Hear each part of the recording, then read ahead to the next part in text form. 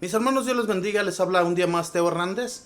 Hoy día, mis hermanos, voy a compartirles la historia de San Eulogio de Córdoba, arzobispo del año 859. Vamos a leer su historia, mis hermanos, y vamos a ver qué aprendemos de estos santos, de estos hombres tan valerosos que sirvieron para ayudar a muchos otros a amar a Dios. Que también así nosotros seamos, mis hermanos, llevar muchas almas para Dios. Ayudemos a nuestros hermanos a que conozcan a Dios, a que se acerquen a Él, porque solamente en Él, mis hermanos, vamos a encontrar la gloria. Esa gloria que se nos ofreció, esa gloria que todos anhelamos un día encontrarnos con Jesús y estar por la eternidad junto a Él. Voy a comenzar pues en este momento. San Eulogio significa el que habla bien. Dicen que San Eulogio es la mayor gloria de España en el siglo IX.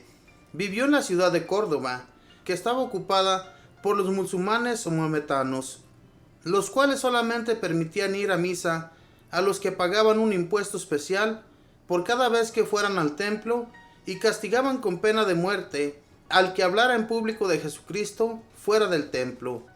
Nació en el año 800 de una familia que se conservaba fervientemente católica en medio de la apostasía general, cuando la mayoría de católicos habían abandonado la fe por miedo al gobierno musulmán. Este santo será el que logrará renovar el fervor por la religión católica en su ciudad y sus alrededores. Su abuelo se llamaba también Eulogio. Le enseñó desde pequeño a que cada vez que el reloj daba las horas, dijera una pequeña oración, por ejemplo: Dios mío, ven en mi auxilio, Señor, date prisa en socorrerme. Tuvo por maestro a uno de los más grandes sabios de sus tiempos, al famoso Speraindeo, el cual lo formó muy bien en filosofía y otras ciencias. Como compañeros de estudios, tuvo a Pablo Álvarez, el cual fue siempre su gran amigo, y escribió más tarde la vida de San Eulogio, con todos los detalles que él logró ir coleccionando. Su biógrafo lo describe así en su juventud: era muy piadoso y muy mortificado. Sobresalía en todas las ciencias, pero especialmente en el conocimiento de las Sagradas Escrituras. Su rostro se conservaba siempre amable y alegre. Era tan humilde que casi nunca discutía y siempre se mostraba muy respetable con las opiniones de los otros, y lo que no fuera contra la ley de Dios o la moral, no lo contradecía jamás. Su trato era tan agradable que se ganaba la simpatía de todos los que charlaban con él. Su descanso preferido era ir a visitar templos, casas religiosas y hospitales. Los monjes le tenían tan grande estima que redactaba los reglamentos de sus conventos. Esto le ocasionó de visitar y conocer muy bien un gran número de casas religiosas en España. Ordenado de sacerdote, se fue a trabajar con un grupo de sacerdotes y pronto empezó a sobresalir por su gran elocuencia al predicar y por el buen ejemplo de su santa conducta. Su mayor afán era tratar de agradar cada día más y más a Dios y dominar las pasiones de su cuerpo. Decía confidencialmente: tengo miedo a mis malas obras, mis pecados me atormentan, veo su monstruosidad, medito frecuentemente en el juicio que me espera y me siento merecedor de fuertes castigos. Apenas me atrevo a mirar al cielo, abrumado por el peso de mi conciencia. Eulogio era un gran lector y por todas partes iba buscando y consiguiendo nuevos libros para leer y prestar a sus amigos. Logró obtener las obras de San Agustín y de varios otros grandes sabios de la antigüedad, cosa que era difícilmente en esos tiempos en los que los libros se copiaban a mano y casi nadie sabía leer ni escribir, y nunca se guardaba para él solo los conocimientos que adquiría. Trataba de hacerlos llegar al mayor número posible de amigos y discípulos. Todos los creyentes de Córdoba, especialmente sacerdotes y religiosos, se fueron reuniendo alrededor de Eulogio. En el año 850 estalló la persecución contra los católicos de Córdoba. El gobierno musulmán mandó asesinar a un sacerdote y luego a un comerciante católico. Los creyentes más fervorosos se presentaron ante el alcalde de la ciudad para protestar por estas injusticias y declarar que reconocían como jefe de su religión a Jesucristo y no a Mahoma. Enseguida los mandaron torturar y los hicieron degollar. Murieron jóvenes y viejos en gran número.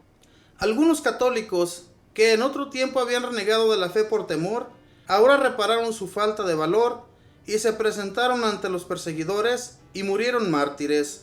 Algunos más flojos decían que no había que proclamar en público las creencias, pero San Eulogio se puso al frente de los más fervorosos y escribió un libro titulado Memorias de los Mártires. En la cárcel narra Eulogio con entusiasmo el martirio de los que murieron por proclamar su fe en Jesucristo. A dos jóvenes católicas las llevaron a la cárcel y las amenazaron con terribles deshonras si no renegaban de su fe. Las dos estaban muy desanimadas. Lo supo San Eulogio y compuso para ellas un precioso librito, documento martirial, y les aseguró que el Espíritu Santo les concedería un valor que ellas nunca habían imaginado tener y que no les permitiría perder su honor. Las dos jóvenes proclamaron valientemente su fe en Jesucristo y le escribieron al santo que en el cielo rogarían por él y por los católicos de Córdoba para que no desmayaran de su fe.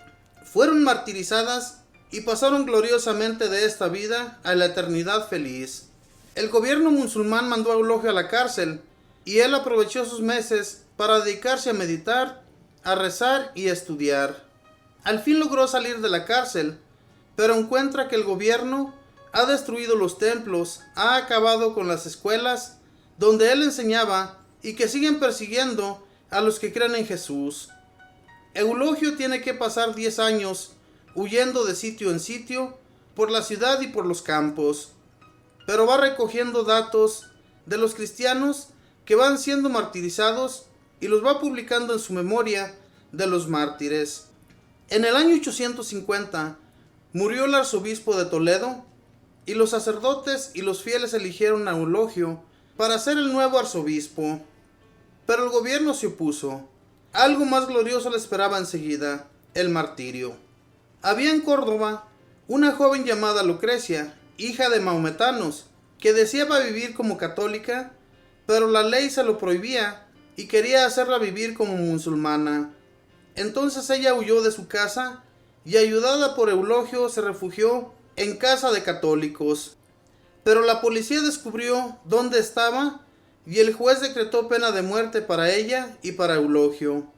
Llevado nuestro santo al más alto tribunal de la ciudad, uno de los fiscales le dijo que el público ignorante se deje matar por proclamar su fe, lo comprendemos, pero tú, el más sabio y apreciado de los cristianos de la ciudad, no debes ir hacia la muerte.